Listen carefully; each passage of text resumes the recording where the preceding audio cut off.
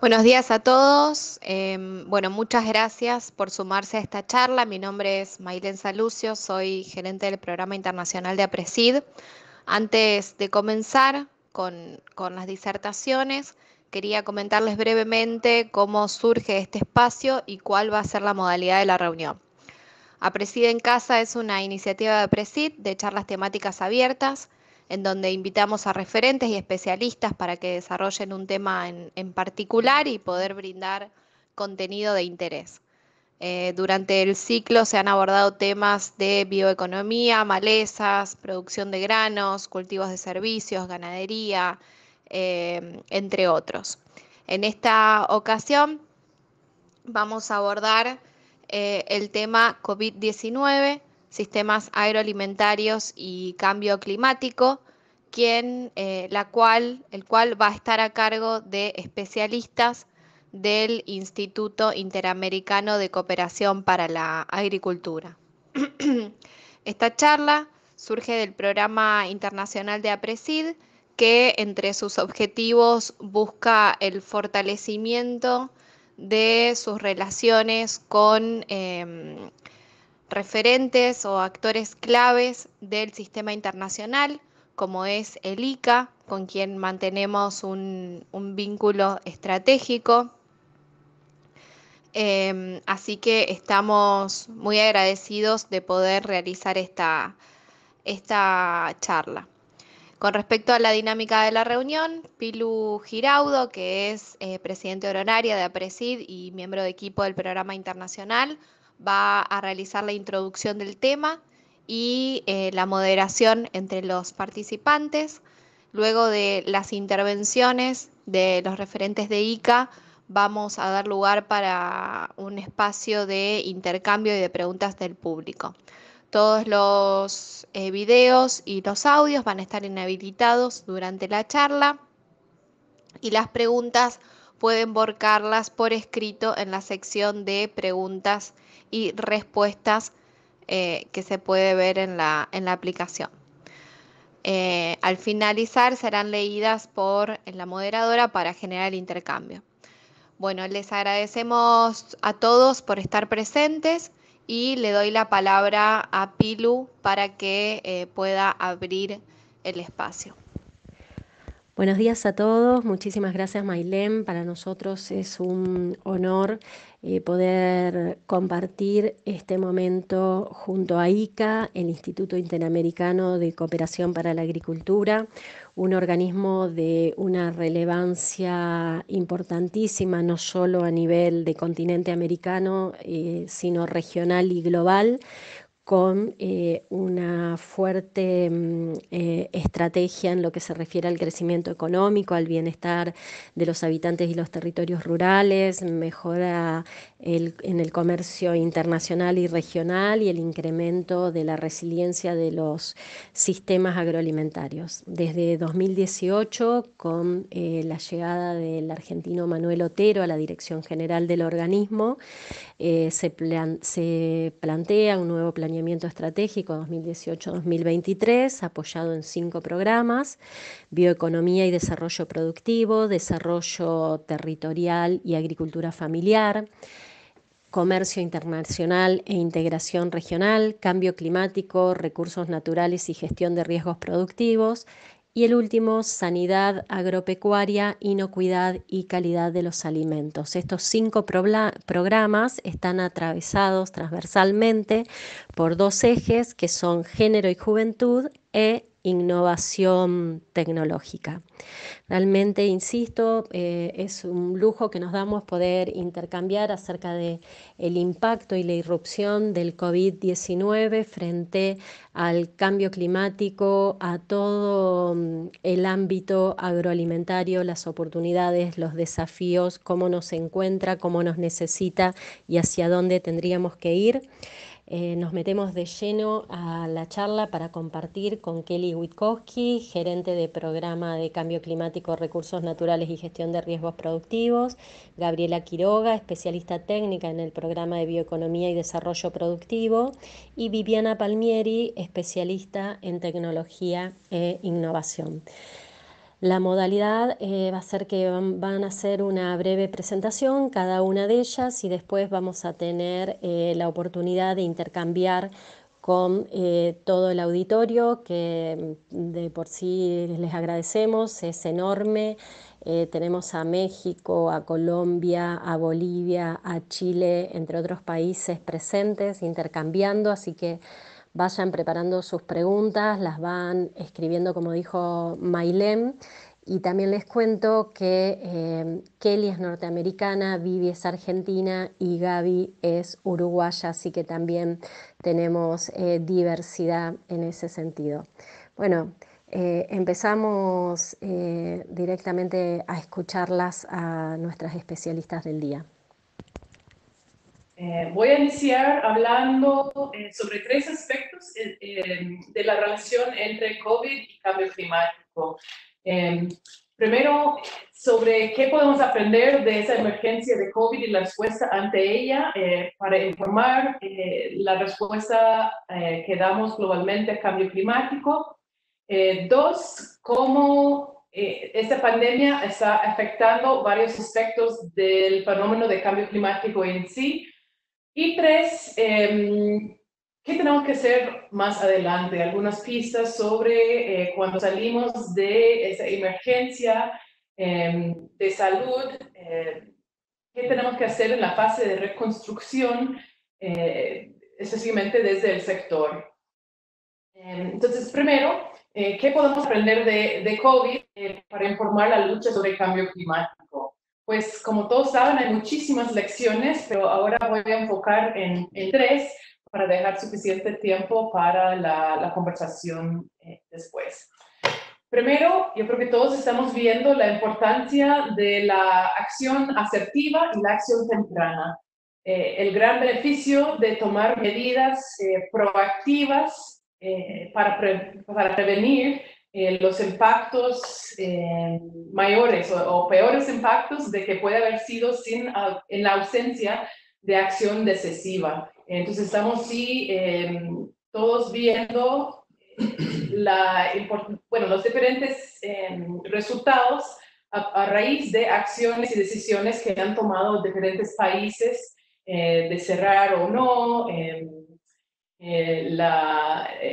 la entrada de personas de otros países, de las políticas de cerrar diferentes negocios y aspectos de la economía. Qué tan mal se pone realmente depende, tanto en cambio climático como en COVID, qué acciones y decisiones tomamos temprano. Se estima que el retorno, por ejemplo, para cambio climático de la inversión en aumentos de resiliencia podría devolverse casi 7 veces. Es decir, por cada dólar invertido se estima alrededor de un retorno de $7 en los daños evitados. Las cifras andan alrededor, según la Comisión Global de Adaptación, es que si invertimos 1.8 trillones de dólares en los próximos 10 años, esto va a generar un ahorro o beneficios netos de más de 7 trillones de dólares. Entonces, igual, eso es un importante paralelo. COVID nos muestra que aunque quizás esas medidas que se perciben como drásticas al principio, en el final salvan vidas, y esa acción decisiva es realmente importante en el corto plazo. Se habla bastante de aplanar la curva de COVID y es la misma situación que cambio climático. Tenemos que bajar esa curva de emisiones que sigue disparando para no superar la capacidad de adaptación que existe entre las diferentes poblaciones. Bueno, el segundo punto sobre esas lecciones es la importancia de coordinación y acción colectiva. Vemos la importancia de una respuesta coordinada, tanto a nivel global como a nivel regional, nacional y subnacional, que requiere un alto nivel de cooperación y confianza entre países, actores, sectores, etc. Esa acción coordinada también requiere un enfoque en proteger a la gente más vulnerable, al igual que en cambio climático, que los impactos sobre diferentes poblaciones no necesariamente son iguales, y esto tiene que ser considerado. Y también vemos la importancia o el impacto de las decisiones individuales de cada uno de nosotros en nuestros ámbitos inmediatos. La tercera lección que resaltamos hoy es la importancia de la ciencia y de tomar decisiones asertivas basado en esa información. De cara a mucha incertidumbre, sí, pero hay muchas cosas que ya sabemos, tanto de COVID que se va desarrollando, creo que han salido más de 900 artículos científicos en un periodo de un mes sobre COVID. Entonces, sí, confiar en nuestros científicos, trabajar de manera coordinada para asegurar que se traduce esa ciencia en la toma de decisión y que se comunique de manera muy clara con diferentes audiencias. Tanto como COVID como cambio climático hay cierto nivel de desinformación que no conviene a nadie. En el caso de cambio climático, la ciencia es la más escrutinada del mundo. No hay ningún otro tema que tiene un panel intergubernamental que revise ya hace casi 30 años toda la información publicada en la literatura gris y arbitrada con cierta frecuencia y con el nivel de rigor que tiene ese proceso. Entonces, ya no queda duda sobre ciertas cosas, esos hechos físicos tenemos que responder como sociedad. Ahora, ¿cuál ha sido el impacto de COVID sobre el fenómeno de cambio climático en sí? Y aquí voy a tocarlo desde dos ángulos. Uno, el impacto en cambio climático y dos, el impacto en los esfuerzos para enfrentar el cambio climático, especialmente los internacionales que se trabaja principalmente a través de la Convención Marco de Cambio Climático. Para hablar del impacto en cambio climático, creo que siempre es útil entender de dónde estamos partiendo. Y ahí la situación no es tan alentador. Los primeros 3 meses de este año 2020 han sido los segundos más cálidos registrados. El primero fue en 2016 y eso fue con un fuerte empuje del niño y la niña. Entonces, este año estamos realmente arrancando un poco mal. O sea, también todos conocemos que las temperaturas en el mar, no solo la atmósfera, el aumento del nivel del mar, el derretimiento de los glaciares, o sea, todas esas cosas, el aumento en los incendios forestales, hay muchas señales que la planeta nos está dando. Ahora, los compromisos bajo el Acuerdo de París actuales, tal como están planteados en las contribuciones nacionalmente determinadas, que son esos planes internacionales de cambio climático, nos van a llevar a más de 3 grados de aumento de temperatura, mientras la meta realmente es mantenerlo bajo 2 y preferiblemente bajo 1.5. Un reporte de la ONU indica que las emisiones tendrían que caer en 7.6% el año para tener un chance de limitar el calentamiento a 1.5 grados. Pero lo que estamos viendo es que la tendencia de emisiones, tanto de dióxido de carbono como metano, como otros gases, sigue en aumento. Para limitar calentamiento a 2 grados, tenemos que limitar emisiones globales a 40 mil millones de toneladas de dióxido de carbono equivalente en 2030. Pero con la trayectoria actual y esos acuerdos que acabo de mencionar en las conclusiones nacionalmente determinadas, solo van a bajar para 2030 de 59 a 53 gigatoneladas. Entonces estamos lejos de donde tenemos que estar. Necesitamos aumentar la emisión urgentemente, más por un factor de 3, para llegar al objetivo de emisiones neutros para el año 2050. Entonces, con este panorama, ¿cuál ha sido el impacto de COVID? ¿Ha tenido realmente un impacto positivo en las emisiones? Pues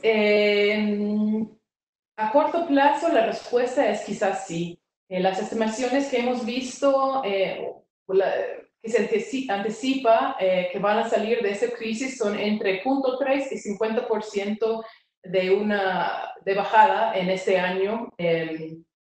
que es la primera bajada en cuanto a porcentaje de emisiones desde el crisis financiero de 2008, cuando las emisiones globales bajaron en un poco menos de 2%.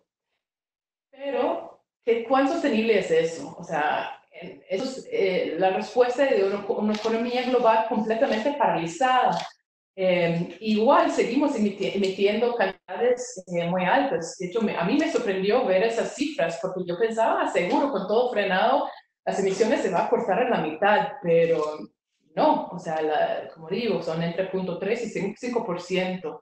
Y a largo plazo, viendo la recuperación después de esos otros shocks a la economía, realmente hemos visto que en la recuperación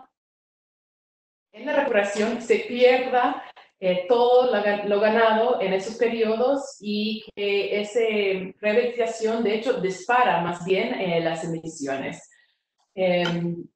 Y también quiero notar que hay una diferencia entre las emisiones que emitimos y las concentraciones de dióxido de carbono en la atmósfera, lo cual, o sea, sigue siendo muy alto. Hay todo, el sistema atmosférico es muy complejo bueno, en fin, ese no es un evento transformacional, no hay un cambio sistémico en nuestro mundo y por lo tanto el consenso es que esto no necesariamente va a beneficiar o contribuir a nuestra lucha como cambio climático en el largo plazo. Bueno, y el otro punto que tiene ahí es el impacto sobre COVID en la acción climática y esos procesos globales de diplomacia y negociación bajo la Convención Marco de Cambio Climático. 2020 realmente es un año muy clave para esas negociaciones. Todos los países tienen que mandar una versión revisada de esos planes nacionales de cambio climático. Bueno, ratcheting up, dicen, o aumentando la ambición justamente para abordar esa brecha entre donde necesitamos estar y actualmente donde estamos. Se ha generado en los últimos años, el año pasado vimos un movimiento social masivo liderado por varios países, varias personas,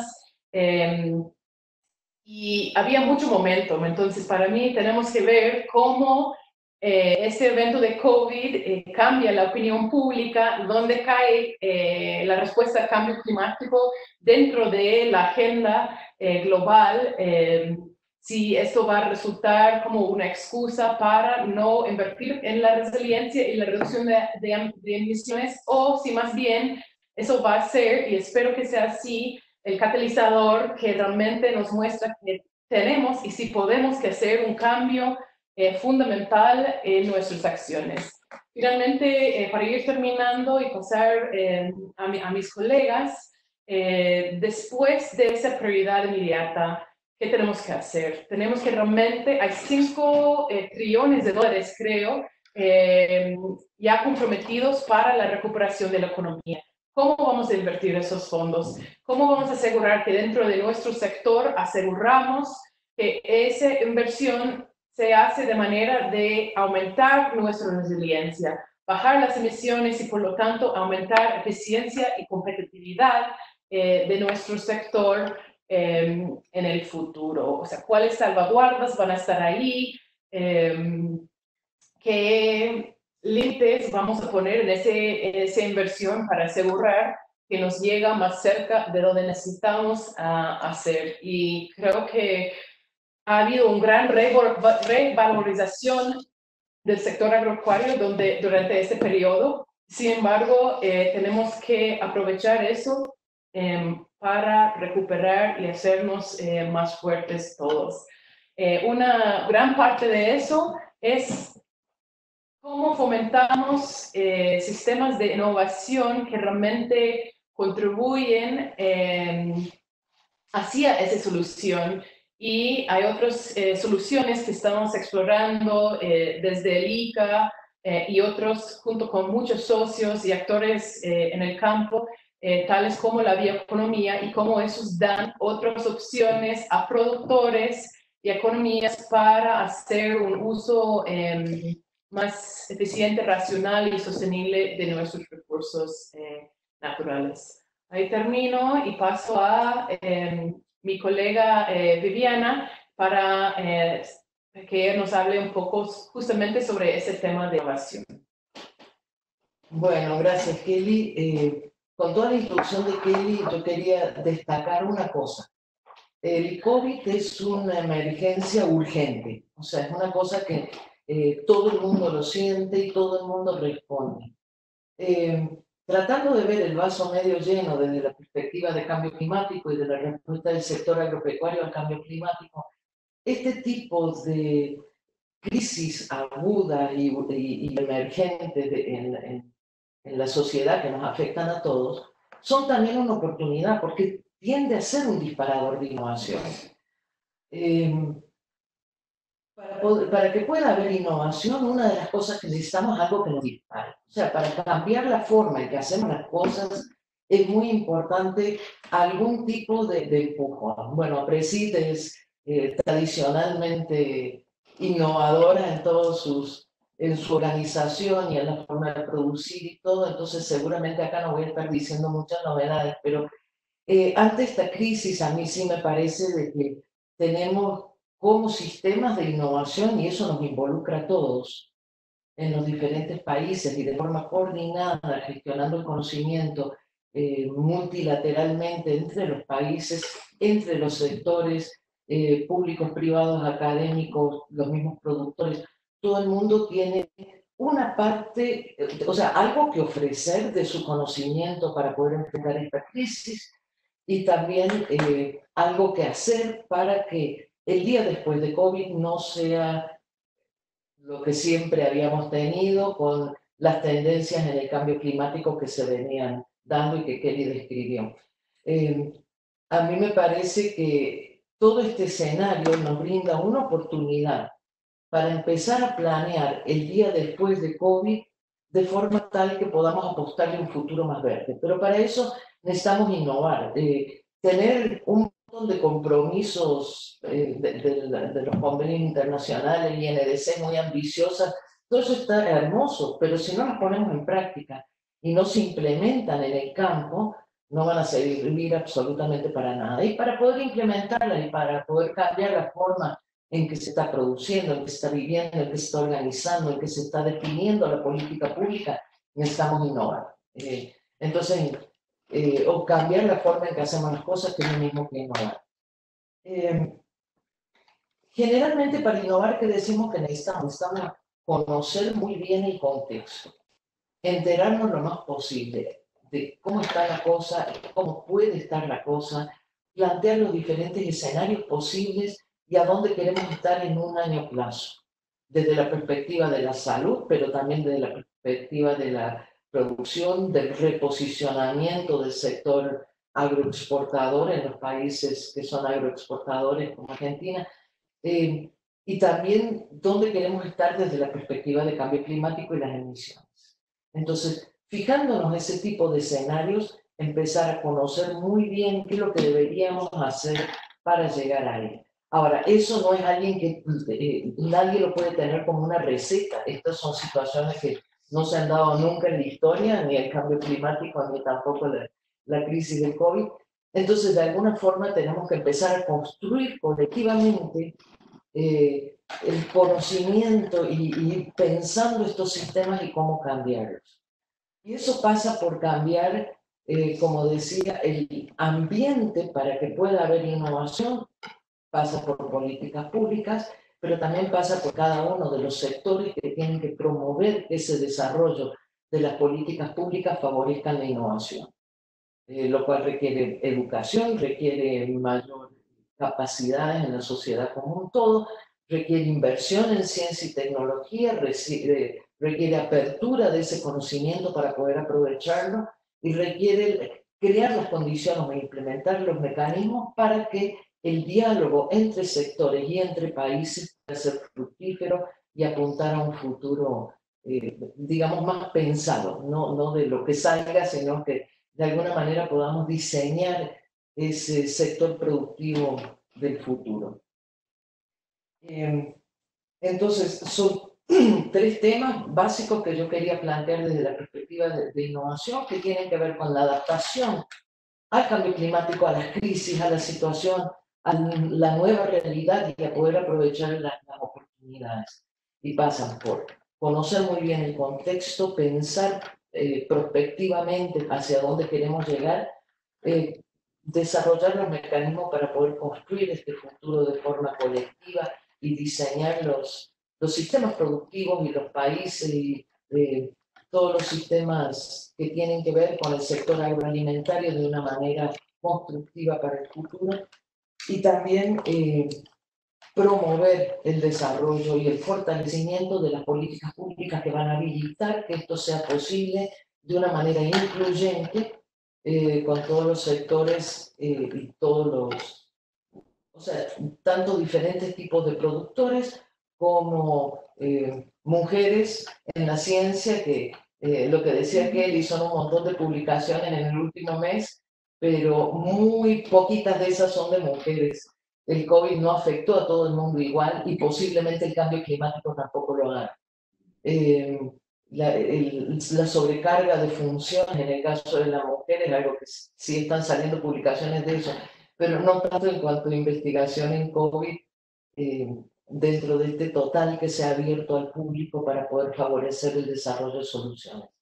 Entonces esas son, de esta crisis que es de urgencia, que requiere respuestas muy rápidas y que nos afecta en un muy corto plazo, el truco va a estar en tratar de fortalecer cómo hacemos para aprovechar ese aprendizaje en una crisis que es más de mediano plazo, que aunque mata un montón de gente al año y va a matar más gente al año, no la sentimos tan urgente como bajar la curva de contagio del COVID. Es algo que sentimos en carne propia en todos nuestros países todos los días.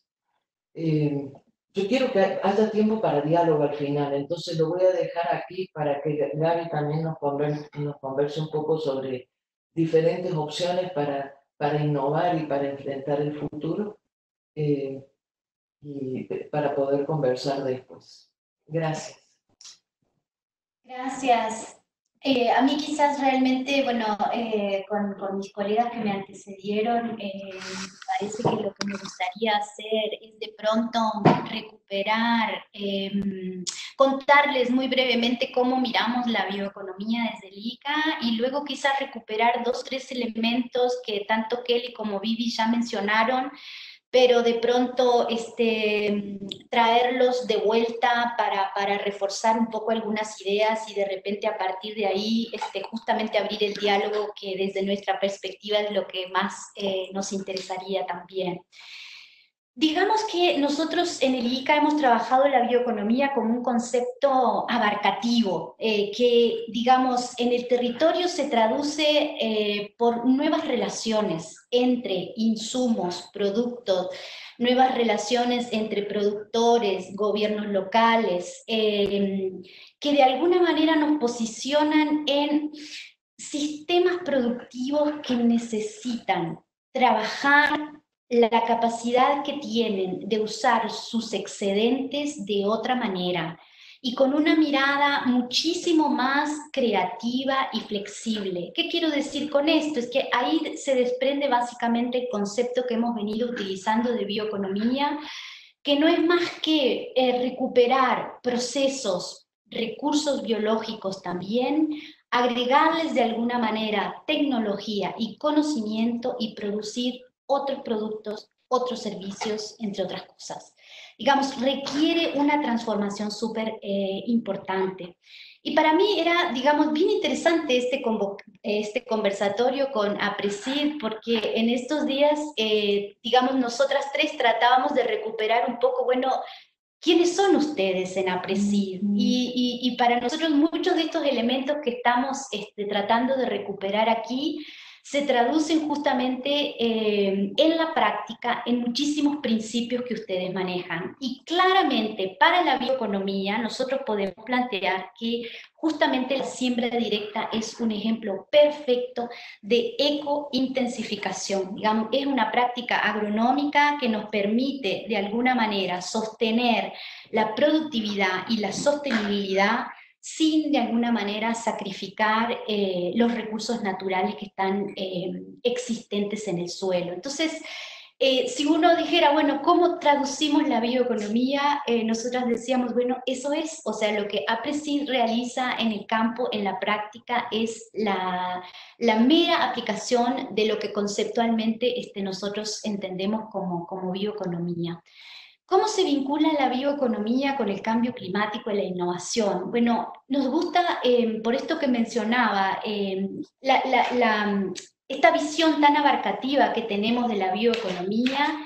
La primera lección aprendida que nos ha dejado es que esto requiere una mirada holística, integradora, donde podamos pensar que para proveer alimentos seguros tenemos que mirar desde la complejidad de la ciencia, ya lo decían las colegas, y desde varios enfoques y aterrizajes, por así decirlo de alguna manera. Queremos decir que no podemos mirar a la bioeconomía solamente desde la economía o solamente del conjunto desde las ciencias sociales, sino que tenemos que mirarlo en términos de prácticas agronómicas, en términos de qué se requiere en definitiva, qué se requiere que tendría que cambiar en esos sistemas productivos que estamos requiriendo que fueran mucho más flexibles y mucho más amigables también con el medio ambiente. Esta transformación que requerimos y que requiere también la aplicación de la bioeconomía, en esto que hablábamos, ¿no?, de combinar recursos biológicos con conocimiento y tecnología, requiere, por cierto, una capacidad de cambio súper importante, que a la hora yo diría que aún durante el COVID, pero claramente en el post-COVID, la reactivación socioeconómica de los territorios, de los países, va a ser absolutamente clave. Y esos sistemas productivos flexibles que se adapten y que busquen justamente aprovechar todos los recursos naturales que tienen a la mano, van a ser absolutamente claves en esas transformaciones. Pero ¿qué sucede ahí? Y donde también los énfasis sobre la innovación son súper importantes. Eso quiere decir que también tenemos que trascender la resistencia al cambio. Y ahí entramos, ¿verdad? Los técnicos, nosotros tenemos cierta resistencia al cambio, las organizaciones, etcétera, ¿verdad? Y este COVID, digamos, a mí me gustaría verlo realmente, es una crisis absoluta, ya lo sabemos, esa es una confirmación, pero en todo caso es una oportunidad. Ustedes mejor que nadie han sabido lo que significa generar cambios, venir con ideas que son disruptivas, son innovadoras, no son fáciles de aceptar ni por los técnicos ni por los productores, pero de pronto muchas veces estas crisis nos ponen en esa situación, que efectivamente hay que generar diálogo con otros y también esa conciencia de que el cambio no lo hace uno solo. Ya las colegas mencionaban fuertemente que necesitamos, por cierto, unirnos a otros socios claves en los territorios, en las naciones, que nos puedan realmente ayudar a ir más lejos con estas propuestas. Y, digamos, un aspecto súper importante, volviendo también a las prácticas de APRESID y vinculadas a la siembra directa y a la tarea que directamente les ocupa a ustedes, y cómo también nos deja eso algunas pistas para luchar de alguna manera con este COVID. Me parece que siempre hay que empezar por las cosas que funcionan, cuando sabemos que algo va por el buen camino, que aplicamos ciertos principios que nos permiten justamente generar, seguir trabajando o aumentando los índices de productividad, de rentabilidad, pero a la vez ser sostenibles, cuidadosos con el medio ambiente y teniendo en cuenta todo este tipo de parámetros tan importantes para que nuestro mundo, digamos, sea mucho más consciente y pueda perdurar muchos más años, me parece que lo que funciona es algo súper clave de lo cual partir. Muchas veces partimos del análisis de los problemas y eso está muy bien, nos permite tener pistas por dónde deberíamos estar interviniendo, pero también mostrar ejemplos, como muy bien lo hacen ustedes, donde se puede partir de la mirada al suelo y ver qué es lo que hay ahí y a partir de eso generar otro tipo de transformaciones, me parece también un concepto como súper importante. Y creo que para terminar y poder abrir un poco el diálogo, me parece que estamos en presencia de esta comorbilidad, ¿verdad? Como se le está llamando. Tenemos, digamos, una enfermedad grande que es el cambio climático, que ya estaba ahí, sigue aquí y va a seguir, y hay muchísimos sectores público-privado en el mundo que están tratando de ocuparse de esas realidades y ver cómo podemos generar desde las propias prácticas de cada uno contribuciones a no seguir agravando ese problema. Pero en definitiva, esas dificultades que tenemos en el cambio climático vienen también a profundizar los impactos de este tipo de pandemias y viceversa. Y que todo parecería indicar que estas pandemias de pronto no se dan con determinada frecuencia, pero cada cierta cantidad de años están ahí presentes. Y también eso tiene mucho que ver con nosotros en la agricultura, porque hemos de alguna manera expandido la frontera agrícola para justamente atender la necesidad de alimentar a una población mucho más grande, pero de otro lado también los procesos de desertificación también hacen que las personas tengan que migrar, hasta los propios animales también, porque se ve sacrificada la biodiversidad, y en ese sentido procesos de zoonosis parecería ser que podrían tender a ser muchísimo más frecuentes, ¿no? Entonces, como decía Kelly, más vale prevenir que curar, pero en realidad también tenemos que ir viendo cuáles son esos aprendizajes que nos va dejando esta crisis y cuáles son efectivamente las cosas que ya estamos haciendo que funcionan y que en este momento podríamos utilizar como buenos ejemplos para dialogar con nuestros gobiernos y generar justamente políticas públicas que pudieran también atender de manera mucho más holística estas problemáticas a las que nos enfrentamos. Gracias. Bueno, muchísimas gracias Gaby, Vivi, Kelly, las tres, mientras aprovecho a saludar a Edgar Ramírez, nuestro director adjunto del programa internacional en APRESID, Luis Carlos Esquivel Mora, que nos saluda desde San José, Costa Rica, Rosario Sibori, Graciela Lacase, también Ángela María Betancourt, que son Tercer Planeta y trabajan de la mano de ICA desde Colombia en la iniciativa 20x20, están muy contentas de poder estar escuchándola. También Bruno Condori del ICA en Bolivia. Y empiezo ya, tenemos preguntas, me quedo con ganas de las que les hacía yo, así que voy a esperar un poquito.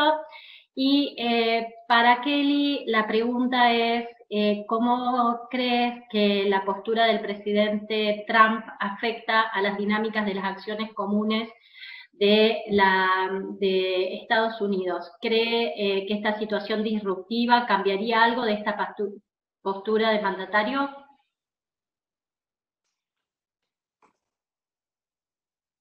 Eso es una pregunta de millón.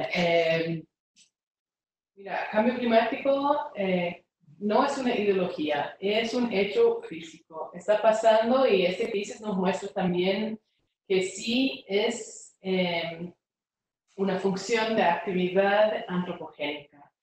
Lo que, más que un cambio en los presidentes y los líderes nacionales que sí tienen fases de reelección de política, lo que sí confío es en la acción subnacional y la acción liderada por el sector privado. porque son esas acciones que realmente son esas acciones más cercanas al campo, ¿no? Porque la adaptación es una cosa local que cada uno hace en su propio contexto. Y es ahí donde sí veo mucha proactividad, mucho liderazgo, que cuando no hay ese liderazgo a nivel central, es reemplazado por esas acciones de otros actores. Y ya que te tengo, Kelly, voy con otra pregunta también para vos, de Pedro Viñó, presidente honorario de APRESID, que pregunta cómo se entiende la mejora sustancial en la calidad del aire de las grandes ciudades del sudeste asiático con la poca reducción en las emisiones globales. Mucho de la contaminación de aire viene de la industria, las fábricas y el transporte. Eso efectivamente se ha frenado y por lo tanto estamos viendo que la calidad de aire, que es más a corto plazo, está fundamentalmente mejorando. O sea, el hecho de que se ve los Himalayas desde el noreste de India es realmente increíble y muestra que eso sí es un fenómeno que se puede mejorar a corto plazo. La diferencia con el cambio climático es que eso es una función de la concentración de dióxido de carbono y otros gases en la atmósfera. Y eso no se cambia de un día para el otro. Hay un lag time en el sistema, un retraso en cómo esos gases interactúan. Entonces, aunque frenamos todas las acciones que contribuyen a emisiones hoy en día, igual vamos por un tiempo, vamos a seguir viendo un aumento en la temperatura global porque la atmósfera toma tiempo para ajustarse y los diferentes gases tienen diferentes, ¿cómo se dice? Lifetimes. Tipos de vida. Tiempos de vida en la atmósfera. Metano es uno que es más a corto plazo, pero dióxido de carbono es uno que queda en el sistema un gran tiempo. Pero eso es un co-beneficio de reducir emisiones, fíjate, que más de millones de personas al año mueren por temas respiratorios vinculados a la asma y otros, y más del 90% del mundo sí está respirando aire contaminado. Entonces también muestra que enfrentar el cambio climático también influye sobre esos otros desafíos que nos enfrentamos como sociedad. Gracias, Kelly, y aprovecho a hacerles una pregunta un poco a las tres para ver la visión desde cada una de sus áreas de especialidad, pero ustedes hicieron mucha mención a la importancia de la acción colectiva y coordinada que la coyuntura de COVID nos pone en su máxima evidencia. Seguimos necesitando esa capacidad de resiliencia a la que veníamos, digamos, aspirando mucho, pensando en el cambio climático y en toda la responsabilidad que tenemos como productores de alimentos, pero hoy, una vez más, esa capacidad nos impulsa para que podamos resistir en el máximo nivel y podamos reinventarnos y salir fortalecidos. Y por otro lado, es un momento donde rescatamos a la ciencia también, tanto tiempo trabajando para poner a la ciencia en evidencia por encima de las ideologías y de los partidismos, como tranquilidad para poder trabajar correctamente en territorio. Y hablan ustedes de conocer el territorio, y si alguien lo conoce realmente y tiene la posibilidad de estar, como decíamos al comienzo cuando las presentábamos, es ICA con su conexión con todos los países en el continente. A pesar de todo, en ese marco, con todo este marco que estamos mencionando, que lo único que hice es hilar lo que ustedes comentaban, es La pregunta es otra vez el miedo a que la paranoia por la sanidad, inocuidad, nos paralice una vez más y nos haga cambiar de foco por una coyuntura que es fundamental y gravísima, pero que debería ayudarnos a profundizar. ¿Cómo es la visión de cada una de ustedes en este sentido?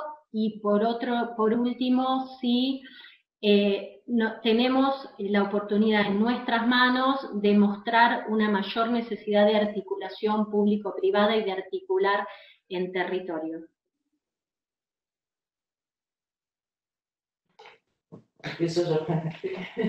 Bueno, gracias, Pilo. Exactamente, sacaste los puntos claves de reinventarnos a través de la acción colectiva y poner la ciencia en el centro. Ahora, la ciencia ha recibido como un respaldo o un reconocimiento público más amplio gracias a todo el tema de COVID.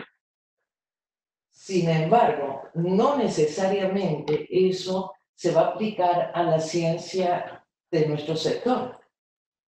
Para eso tenemos que tener esfuerzos proactivos para tratar de que ese efecto positivo de un mayor reconocimiento, un mayor acceso al conocimiento que se desarrolla a través de la ciencia y poder basar las decisiones en la ciencia, que también se refleje en nuestro sector. Ahora, lo que decía sobre la paranoia de la sanidad y inocuidad, bueno, paranoia es una manera de decirlo, puede ser sí, pero realmente en una crisis sanitaria global como en la que estamos, prestarle atención a la sanidad y a la inocuidad es totalmente indispensable. Ahora, dicho eso, el día después o a partir de mañana, tenemos que empezar a pensar de qué manera esto puede más bien ser una oportunidad para el sector. Sobre todo en el caso de los países que exportan alimentos, el reposicionarse en los mercados internacionales, enfatizando que se producen alimentos sanos, alimentos seguros en cada uno de nuestros países, es una de las estrategias que deberíamos impulsar de alguna forma. Para tener alguna, qué sé yo, ideas como blockchain para poder tener trazabilidad de los alimentos, todo eso que permita dar al consumidor final, que va a estar todavía más cuidadoso con lo que ingiere en el futuro, hacer que nos podamos posicionar ante este consumidor. Y eso para mercado local o para exportador también. El tener, o sea, aprovechar esa mayor conciencia de la necesidad de inocuidad y de sanidad en los alimentos para reposicionarnos, para promover innovaciones que nos permitan de alguna manera ser más lucrativos, si se quiere, más resilientes ante la crisis y de una manera más incluyente para todos los productores. Quizás, bueno, un pequeño aspecto a agregar es esta reflexión de trascender los límites de ciertas sectorialidades, ¿no? Para mí ahí hay una clave que en este momento, digamos, deberíamos tener bastante presente, ¿no? Que si uno se refiere, por ejemplo, a las esferas públicas, no estamos al nivel de país, de pronto nosotras en este momento, pero sí tenemos muchos colegas que están trabajando en las oficinas del ICA a nivel nacional. ¿Y qué es lo que hemos percibido? Es que normalmente, digamos, nuestro interlocutor directo de siempre son los ministerios de Agricultura. Pero y cada vez más con los temas de cambio climático, estamos ahí trabajando en ese binomio Ministerios de Agricultura, Ministerios de Ambiente también. Pero esta situación del COVID también nos pone, digamos, en una realidad en la que cada vez más justamente esos límites sectoriales necesitan tener puentes de diálogo, porque eventualmente si uno, digamos, sigue por la línea no tradicional del sector en el que estaría siempre trabajando y dirigiendo ciertas políticas, esta realidad nos demuestra que de pronto ahí es donde justamente estaríamos metiendo la pata si no miramos realmente la cosa de una manera mucho más intersectorial, integrada, entendiendo que a veces no algunas políticas por un lado podrían favorecer algunas cosas, pero en detrimento de otras. Entonces esto realmente requiere un esfuerzo, diría yo, también de diálogo, pero también de liderazgo de nuestros actores públicos esencialmente, pero también obviamente del sector privado, extremadamente importante, que nos puede ayudar justamente a resolver estas ecuaciones complejas de una manera un poco más, en la medida de lo posible, justa y equitativa, para no terminar haciendo en definitiva más daño del que eventualmente ya hay, ¿no? Capaz, para complementar mis colegas, mira, los seres humanos olvidamos rápidamente todo. O sea, el año pasado nuestro foco estaba en todos esos incendios forestales en la Amazonía, Australia, California, las inundaciones en muchos lados, blanqueamiento de los arrecifes, y ahora este evento y bueno, correctamente ha cambiado el foco. Pero la sustentabilidad es un tema a largo plazo y eso se comunica muchas veces como un tema de justicia intergeneracional. Y también, como bien dice Gaby, la sustentabilidad es un tema integral que tiene que unir muchísimos diferentes conceptos y disciplinas para que funcione. Tiene que funcionar para los productores en campo, si no, por definición, no es sustentable. Muchas personas lo descalifican como un tema verde, pero no es, o sea, es un tema económico, es un tema sociocultural y hay que verlo con esa mirada holística, que es algo que estamos tratando de apoyar a nuestros países miembros desde el ICA. Nosotros vemos que servimos como puente entre sectores, entre disciplinas, entre actores, entre países, para poder acelerar y tener soluciones a la escala y ritmo que son requeridos. Pero esa recuperación, bueno, como todo el mundo ha estado hablando, no puede ser a costo de la biodiversidad, del agua y de los suelos que sustentan el sector agropecuario. Porque si eso es, o sea, al final eso amenaza nuestra sobrevivencia como sector. Entonces, las prioridades inmediatas son entendibles y son sumamente necesarias, pero no podemos dejar que eso quita nuestro foco de sustentabilidad y resiliencia a largo plazo. Gaby, tengo una pregunta para vos de Numa José Bustos, y es en relación al aumento de la demanda productiva por la necesidad alimenticia. ¿Crees que debe haber una regulación más estricta respecto del uso de los recursos naturales empleados en dicha producción, agua de riego, por ejemplo? Gracias, Numa, José, por la pregunta. Definitivamente sí, por lo que veníamos diciendo. O sea, el uso depredador, por ponerlo de alguna manera, de los recursos naturales, obviamente la realidad nos está mostrando que compromete esa sostenibilidad que queremos para generaciones futuras. Y realmente me parece que aplicar de alguna manera principios que tengan más en cuenta el cuidado de esos recursos naturales, como el agua, claramente, y otros, y también otros principios más ecológicos para la producción, son tremendamente importantes en este momento. Me gustaría complementar ahí porque, como bien dice Gaby, sí, tenemos que empujar una racionalización del uso de nuestros recursos naturales. Sin embargo, igual como mencionó Vivi antes, no hay respuestas recetarias. Si estamos trabajando en una zona que tiene altas cantidades de agua, quizás no es tan necesaria hablar o regular el uso en dicha zona, pero sí, no sé, capaz más restricciones en la deforestación o degradación de bosques. Entonces, la huella de agua depende mucho del contexto, y eso a comparación con la huella de carbono, que sí se puede comparar entre productos y países. O sea, el agua es un tema muy contextual y en ciertas zonas donde hay una abundancia, no necesariamente sea tan mal, o sea, nunca desperdiciar, pero hay que tomar en cuenta ese contexto y entender el entorno y los desafíos prioritarios.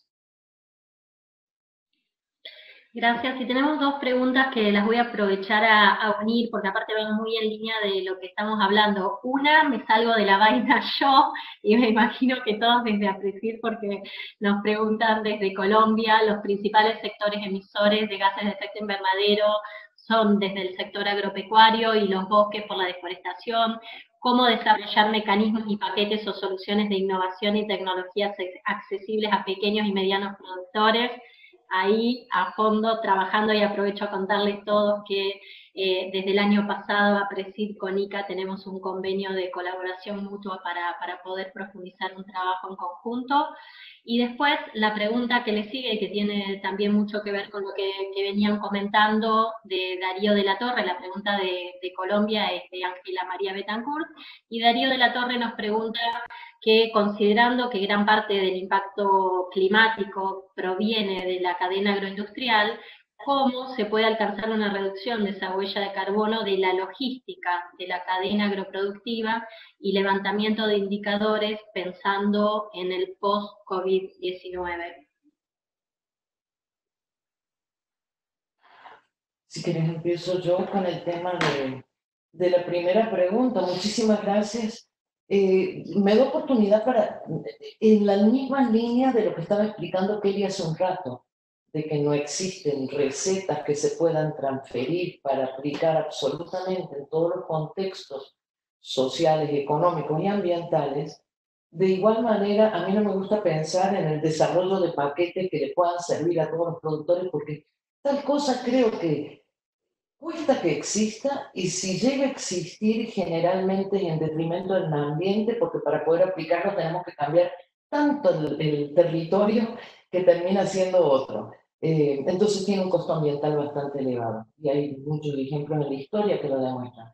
En general, desde el ICA, en las cosas que hemos trabajado como eje de innovación y tecnología con el tema, con el programa de cambio climático, y también con bioeconomía y con los demás, siempre tratamos como de ofrecer alternativas o promover el desarrollo de alternativas que puedan irse adaptando, incorporando conocimientos locales o nacionales o de la ciencia desarrollada para ese lugar en particular, y que se puedan adaptar de forma tal que sean aprovechables por los diferentes productores y en cada circunstancia. Entonces, tratar de pensar de que no va a haber recetas ni, como hay balas de plata, como dicen en inglés, que pueda resolver absolutamente todos los problemas derivados de la crisis del COVID, de los problemas económicos que existen, de la disrupción de las cadenas agroalimentarias y del cambio climático.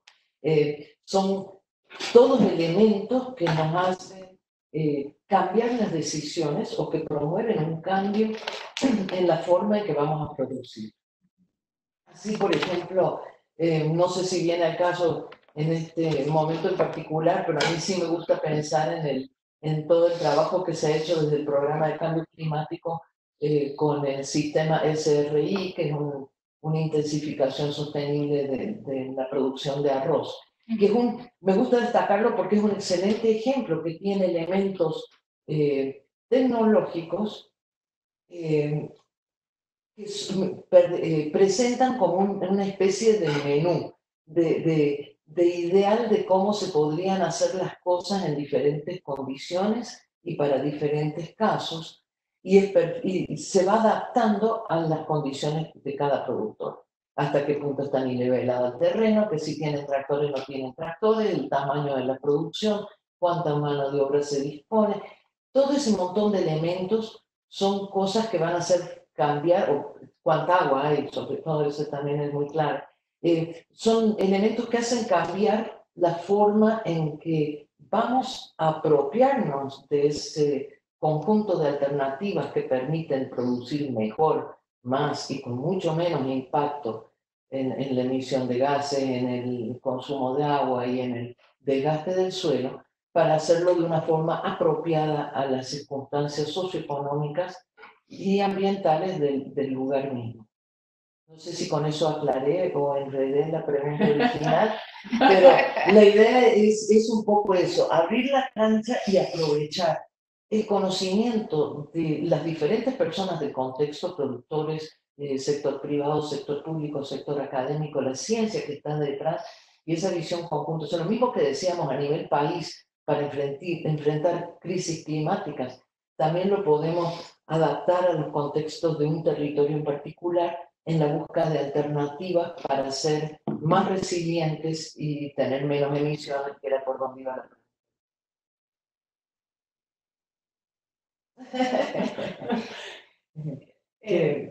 en general de las emisiones del sector agroalimentario. Les puedo hacer solo una sugerencia, si quieren acortar un poco los comentarios de cada una, porque no saben la cantidad de preguntas que tenemos. No nos alcanza el día. Sí, es que es tan interesante conversar estos temas. Bueno, capaz contesto rápidamente al segundo, que tiene que ver con esa huella de carbono en la logística de la cadena. Y ahí creo que una solución que todo el mundo habla, pero todavía no sabemos o no hemos logrado resolver, es el de la pérdida y desperdicio de los alimentos y la cantidad, y eso malgasta, o sea, se estima que se siembra un área el tamaño de México todos los años solo para desechar, y la cantidad, esta crisis, he visto cifras realmente sumamente altas del desperdicio de todos los productos frescos durante esa época, o sea, millones y millones de dólares, toneladas de cultivos, y trabajar justamente con esa logística en la cadena de frío, en asegurando, o sea, el sector agropecuario no es uno que puede actuar en aislación, sí, aislado de otros sectores. Tiene que coordinar con el sector, no sé, de transporte para asegurar que están bien hechos los caminos. Tiene que trabajar con muchos para asegurar que estén las condiciones que nos ayuden a bajar esa huella. Pensar también, este COVID ha hecho a la gente pensar mucho en la producción local y cómo pueden apoyar a los productores y conseguir estos, bueno, sus alimentos como más cercano a donde viven. Entonces, hay muchísimas maneras y ojalá esta crisis nos ayude a ser más creativa y más propositiva en poniendo esas soluciones en marcha. Y creo que ahí también vincula bien con esta pregunta que nos hace Ángela, ¿no? Dice sobre una reconversión productiva con un modelo sostenible, social, ambiental y económicamente rentable. Y creo que lo rescatable ahí es también mirar dónde hay oportunidades de generar ingresos para los agricultores, digamos, negocios, ¿no? Esto que dice Kelly, y que en la bioeconomía hemos estado como tratando de mirar cada vez más. Lo que antes veíamos como un desecho, como un desperdicio, como algo que de pronto, como un recurso biológico que quedaba tirado en el campo y que no tenía ningún aprovechamiento, bueno, ahí está la clave. Pero otra vez volvemos al encadenamiento que esto necesita en términos de la necesidad de ser creativo, innovador, de que exista liderazgo, de que hay que estar realmente motivado para trascender, porque hay que ponerse a pensar, nadie tiene una receta de cómo hacerlo mejor. Entonces requiere justamente esos esfuerzos, que podamos pensar en que tiene que haber un mercado, que tiene que haber, y vinculando con otra pregunta que hacían por ahí, por supuesto que hay que trabajar a nivel de los consumidores, claro que sí, porque eventualmente vamos a estar, digamos, los agricultores los productores van a estar poniendo de alguna manera una serie de nuevos servicios o nuevos productos a disposición en los mercados, y esos consumidores también tienen que estar mucho más conscientes de que por ejemplo, las papas chips son riquísimas, pero no, estos días había una nota sobre de cuánto, ¿no?, las sociedades hacen snacks, ¿no? Como picotear un poquito algunas cosas para alimentarse. Entonces se sugería como ir un poco más allá de eso también, ¿no? Que el consumidor pueda mirar de dónde vienen esos productos, a quién le está comprando, cuáles son las prácticas que hay detrás de eso. Suena complejo, pero en definitiva también necesitamos consumidores que somos también nosotros mismos, mucho más conscientes de estos sistemas agroalimentarios sostenibles también. Bueno, tenemos 3 preguntas que están bastante interrelacionadas entre sí. Bruno Condori nos toca el tema de que la agricultura continúa durante el COVID y bueno, quizás sea un momento para analizar y tomar en cuenta la necesidad de cambios drásticos en las zonas urbanas, algo que tocaron un poco por arriba, pero también se interrelaciona con la pregunta de Mario Magnelli, que nos dice si también los consumidores y la sociedad en general tenemos un rol fundamental, un rol clave en exigir a los gobiernos en repensar sus gestiones en el marco de la bioeconomía para atender el cambio climático, y Nico Bronzovich, que también es integrante del programa internacional de APRESID, nos dice que ante la necesidad que esta crisis sea oportunidad que facilite un cambio sistémico y superar la resistencia al cambio de individuos, tanto como de organizaciones, ¿qué esperamos o qué están viendo respecto a las reacciones de los estados frente a COVID? Creo que, bueno, son tres preguntas que están bastante interrelacionadas y bastante en línea de lo que también ustedes vienen comentando.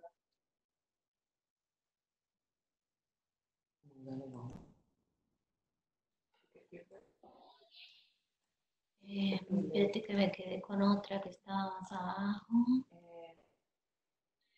Estamos todas leyendo. De las acciones, sí. Bueno, de las acciones... Si quieren van contando un poquito de estos temas y después yo les voy actualizando con las nuevas preguntas, se las voy enlazando. Exacto, porque esa que decías, no sé si la vemos, está en el... para leerla también. Nos quedó arriba y se refiere a que la agricultura, y fundamentalmente la agricultura familiar, continúa, es de Bruno Condori. Después está María Eugenia con la necesidad de las exigencias de los consumidores y la sociedad, y después de este cambio sistémico y de superar la resistencia a estos cambios que nos plantea Nico para trabajar con los estados. Perfecto. Lo de agricultura familiar es fundamental, es un sector imprescindible para nuestra seguridad alimentaria y nutricional en la región. Más de 18 millones de unidades, cubriendo 400 millones de hectáreas o 15 millones de unidades, y que son una fuente importante de los alimentos, especialmente a nivel local, o sea, en esas zonas rurales. Y creo que nosotros, de hecho, tenemos un programa de agricultura familiar y desarrollo territorial que está buscando proveer herramientas para dinamizar ese sector y asegurar que sigue contribuyendo a alimentar nuestro mundo. Y ahí también a ese nivel se vincula mucho con el cuidado de los recursos naturales, en particular la biodiversidad y agrobiodiversidad, porque las agriculturas familiares en ciertas zonas tienden a tener sistemas mucho más diversificados que la agricultura industrial, y esa fuente de recursos genéticos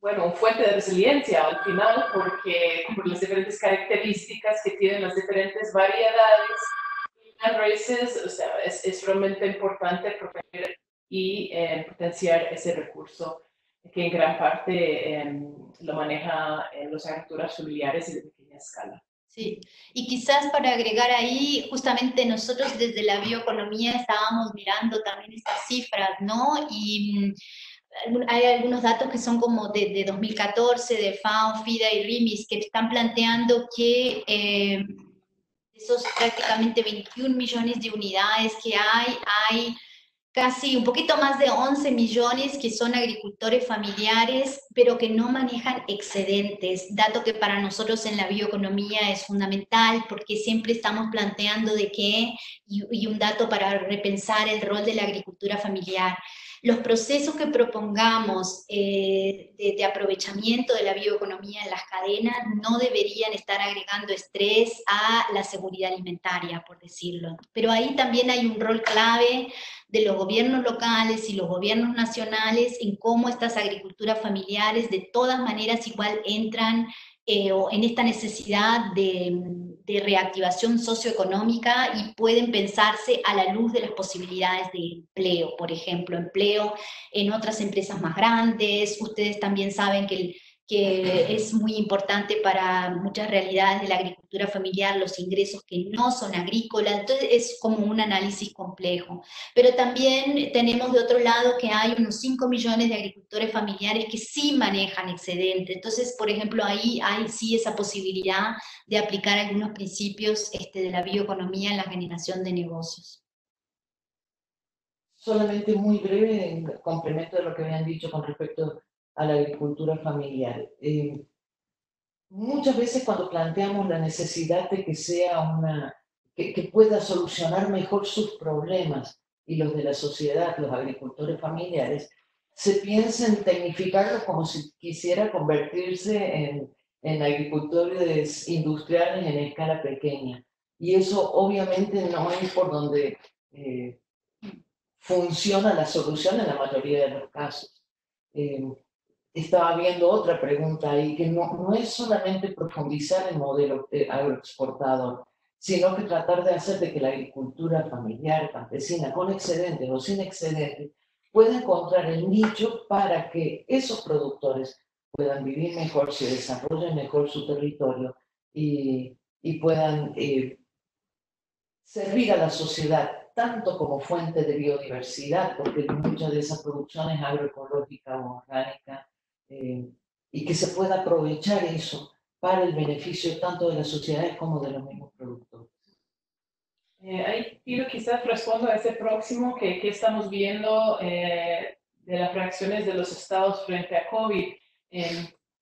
Bueno, nuestro director general, Manuel Otero, y director de cooperación técnica, Federico Villarreal, van a hacer ese otro webinar que mencionaste, Pilu, y creo que van a tocar mucho ese tema, pero en breve lo que estamos viendo es una mayor voluntad de coordinación y cooperación entre los países, y eso es fundamental, generar esa confianza, esa acción colectiva para poder enfrentar esos desafíos de naturaleza global que ningún país, ningún actor puede resolver solos. Entonces, eso es muy alentador y queda para ver si esto va a seguir siendo el caso después que pase el crisis mundial.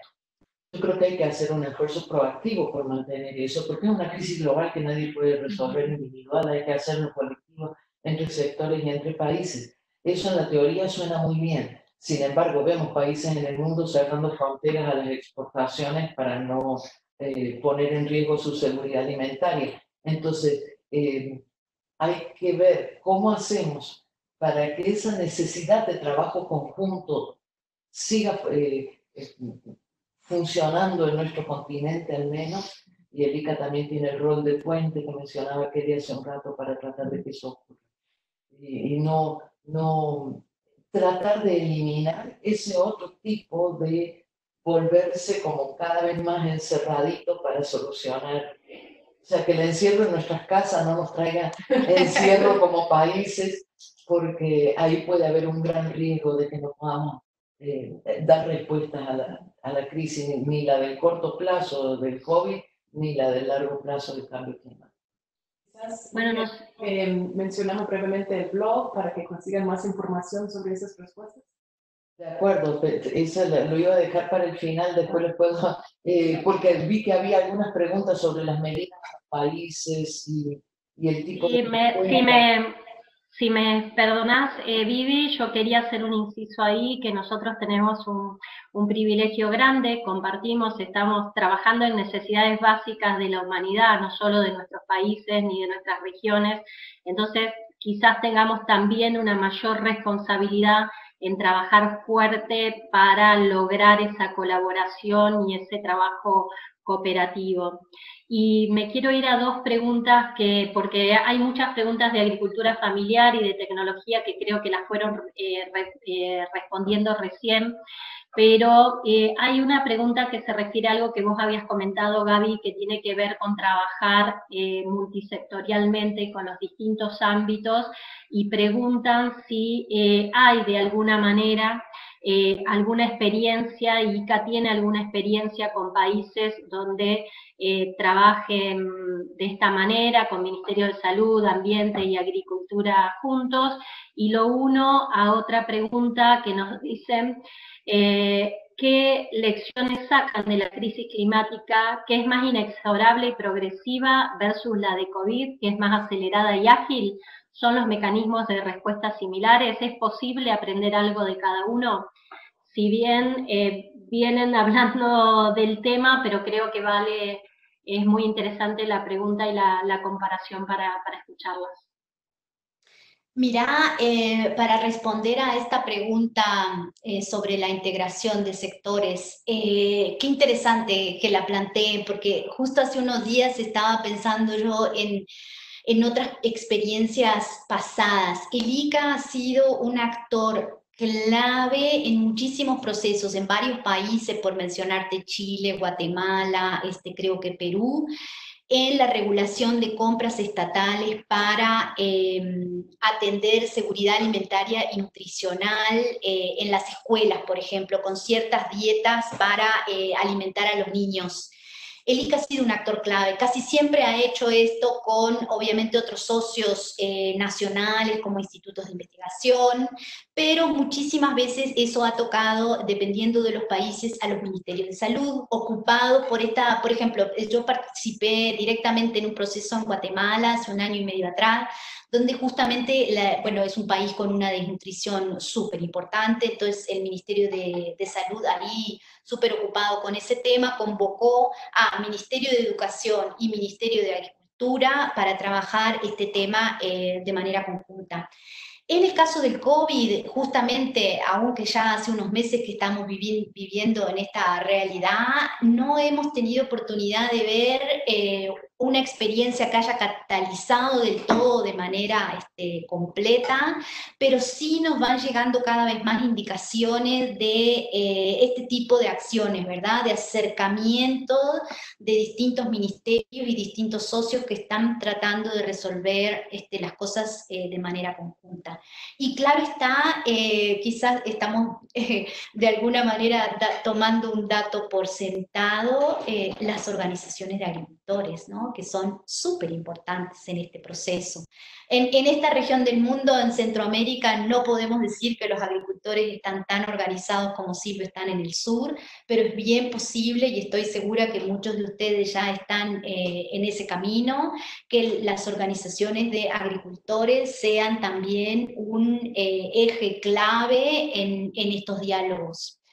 O sea que mucho, digamos, en contexto COVID está por verse todavía cómo van a operar todos estos actores, pero sí tenemos algunas lecciones aprendidas de procesos anteriores con otro tipo de demandas.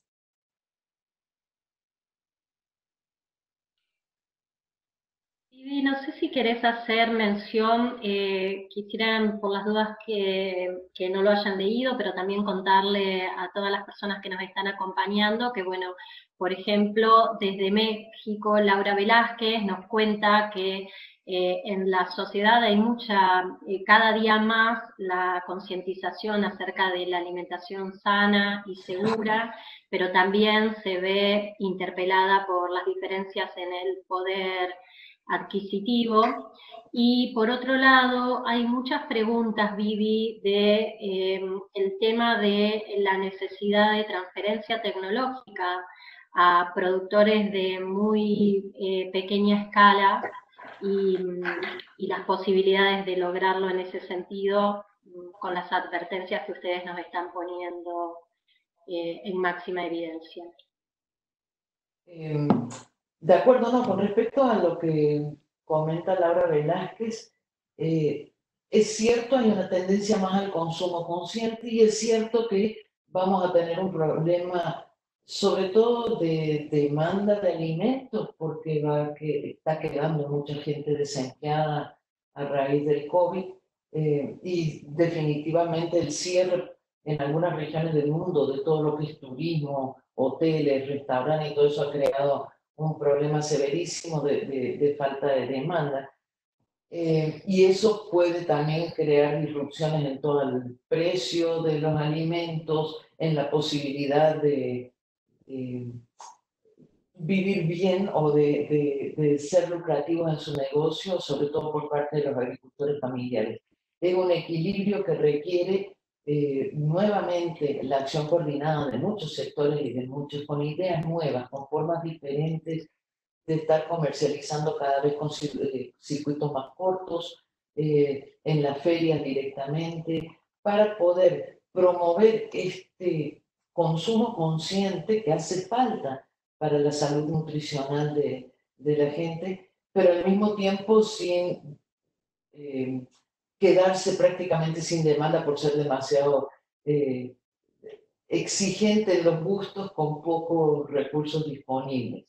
Entonces es todo un juego de equilibrio, pero en general se ha propuesto que los circuitos cortos, las ventas más directas, el cuidado de los flujos dentro de la cadena de distribución, sean de alguna forma cuidados para que sean lo más ágiles posibles y que creen menos disrupción. Sobre necesidad de transferencia tecnológica, yo no sé si llamarle transferencia tecnológica, pero en general el fortalecer el conocimiento de los que toman las decisiones en las parcelas productivas, que son los productores, creo que es uno de los elementos o de los sectores en los cuales han surgido muchas opciones nuevas, muchas demandas nuevas, para instituciones como el ICA y para los sectores públicos del continente, con respecto a la disponibilidad de información pertinente que se pueda de alguna manera comunicar y fortalecer ese conocimiento sin tener que estar directamente visitando a los productores, cosa que en muchos países es imposible. Todo lo que es demanda por metodologías digitales de extensión agropecuaria o de fortalecimiento de capacidades de productores. Hay varios casos en el continente que se están desarrollando. Hay países que ya tenían herramientas de este tipo, incluso aplicaciones como la del INTA, y que de pronto han tenido un pico en su aprovechamiento y que requieren todavía más atención para ser apropiados los consejos y las respuestas que se dan ahí. No quiero extenderme mucho, no sé ni cómo estamos de tiempo, pero esto da un tema para el rato porque hay muchas iniciativas de innovación que se están dando, coordinando con diferentes organizaciones, diferentes sectores y todo, para fortalecer esa innovación digital a nivel de los territorios con enfoque en la agricultura familiar.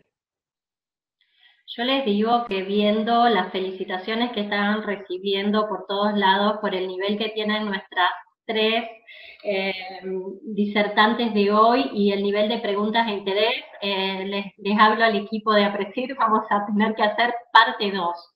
Pero como hoy nos tenemos que estar despidiendo, quería, si les parece bien a cada una de ustedes, no solo pedirles una reflexión personal totalmente libre desde su punto de vista, sino también una posibilidad de que todos los que los estamos escuchando tengamos la posibilidad de conocer un poquito más a ICA y ver de qué manera podemos interrelacionarnos más cada uno desde el rol y responsabilidad que ocupamos, pensando que está Chile, México, Bolivia, Colombia, Argentina, por supuesto, y varios otros países conectados. Es un privilegio el que tenemos hoy con ustedes.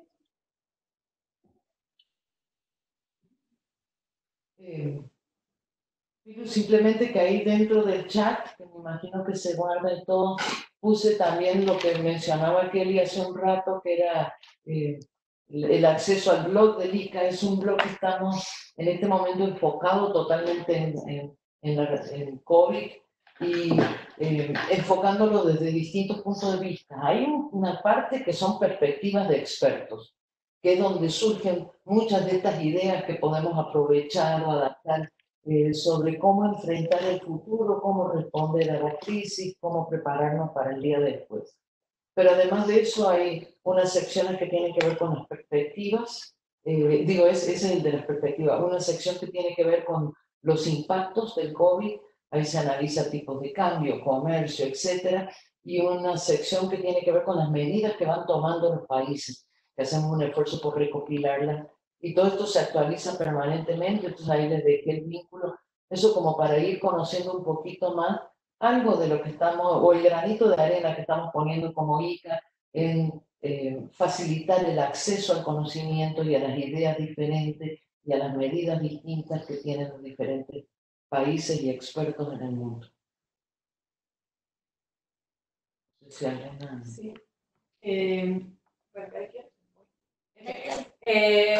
Bueno, mi reflexión final es quizás, tiene dos aspectos. Uno, necesitamos aportes de todos y es muy fácil criticar, es mucho más difícil ser una parte proactiva de la solución.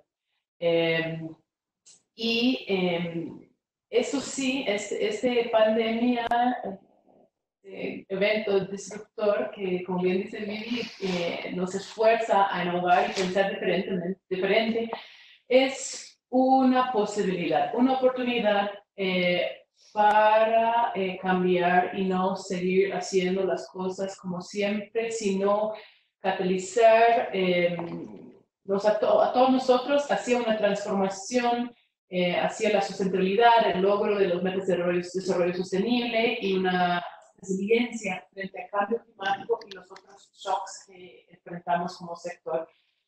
Estamos 100%, no podemos ser más convencidos de que la agricultura es parte de la solución y hemos estado siendo muy proactivos, siempre hay espacio de mejora, pero tenemos que posicionarnos como sector que aproveche esas oportunidades, que contribuye a la solución, y todos sabemos que sin la agricultura ninguna persona sobrevive. Entonces, aprovechar esa oportunidad para realmente impulsar los cambios requeridos.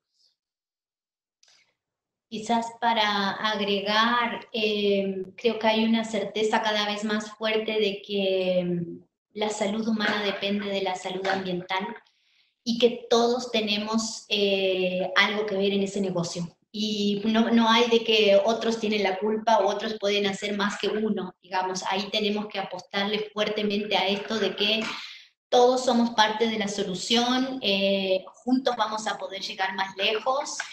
Y el segundo y último aspecto que me gustaría resaltar es que el ICA es una institución que tiene un potencial súper importante, que es que estamos en todos los países de América Latina y el Caribe, y así como lo posiciona nuestro director general, realmente queremos tener ese rol de articulador.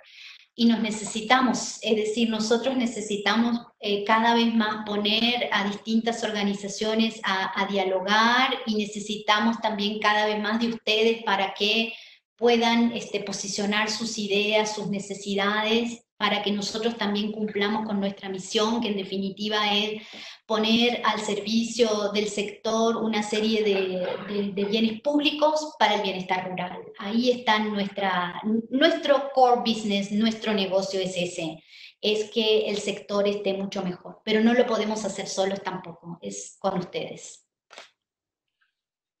Bueno, a mí solo me queda agradecerles muchísimo, nos invitaron fuertemente, cada una a su modo, a salirnos de la zona de confort, que generalmente no solo tratamos de mantener, sino que frente a situaciones que nos golpean, como la pandemia que estamos viviendo, tratamos de seguir pensando en la misma caja. Y pensar en la misma caja nos ayuda a encontrar herramientas que conocemos, pero salirnos de la caja nos ayuda a innovar, buscar otras alternativas y fundamentalmente buscar muchas más articulaciones entre distintos, que las tres hicieron muchísima mención de la necesidad que implica trabajar de esa manera. Por otro lado, También hablaron, Vivi hiciste muchísimo hincapié en que no hay recetas, y claro que no hay recetas, trabajamos con la naturaleza, estamos acostumbrados a eso, así que otra vez una oportunidad y una responsabilidad para transmitirlo entre todos, ¿no? Y la necesidad de adaptarnos a cada situación y a cada región en particular. Hablaron de las mujeres y de las mujeres en la ciencia, y que estos días, una vez más, se mostró la falta de equidad quizás que hay, pero por el otro lado quisiera quedarme con la mirada de vaso lleno con las mujeres, y todas habremos compartido videos donde muestran que los mejores manejos frente a esta pandemia los llevaron adelante 5 líderes de 5 países, todas mujeres, sus primeras ministros o sus presidentes, así que un gran estímulo para seguir trabajando y instalar entre todos que juntos es donde podemos tener más oportunidades para todos. Y también me quedo con esta mirada, Gaby, que nos las bajaste a tierra tan fácil, ¿no? De decir, si todos cuidamos el planeta, todos vamos a tener alimentos sanos y seguros, vamos a tener una mejor vida, depende de cada uno de nosotros, pero una vez más depende de que todos estemos trabajando en forma colaborativa para que eso realmente tenga su resultado, y el resultado que esperamos. Y Kelly, como siempre, nos bajás a tierra absoluto para que nos entusiasmemos, pero también que nos asustemos, para que nos demos cuenta de cuánto nos falta y cuánto necesitamos seguir trabajando para mejorar todos juntos. Creo que lo mejor que nos podemos llevar de hoy es que juntos podemos llegar más lejos, como dijeron, y juntos es la salida. Y ya que tuvieron tanto éxito, pensar en que podamos hacer una parte nueva de esta posibilidad de interrelación, porque es de esta manera como podemos articular más trabajo en conjunto, e invitar a toda la audiencia, y que inviten a muchos más, a que, como dijeron las chicas, en próximos días vamos a tener al director general de ICA, a Manuel Otero, y al director de cooperación técnica de ICA, Federico Villarreal, y ahí me voy a poner como argentinísima, son 2 argentinos en ICA, entonces no tenemos perdón si no conocemos a este instituto que tanto necesitamos, no solo en nuestro continente, sino en el mundo. Solo agradecer a ustedes, felicitarlas, transmitirles las felicitaciones enormes que recibimos de todos lados, agradecer a APRESID por este APRESID en casa, que trascienda también la pandemia y que podamos seguir teniéndolo, y a toda la audiencia, y ojalá que nos sigan acompañando, no solo con el programa internacional, sino con todos los ofrecimientos que hace la institución. Muchísimas gracias a todos. Van a ver en el chat que está no solo el blog, que voy a aprovechar a decirlo por si no lo pueden ver, es blog.iica.int, el que nos compartió Vivi, y por el otro lado van a ver el mail de Mailén, quien nos recibió como anfitriona hoy, que es salucio, con S inicial y 2Z después, @apresid.org.ar, para los que necesiten certificados de participación, para los que quieran ver cómo pueden ver en diferido esta charla también. Muchísimas gracias a todos.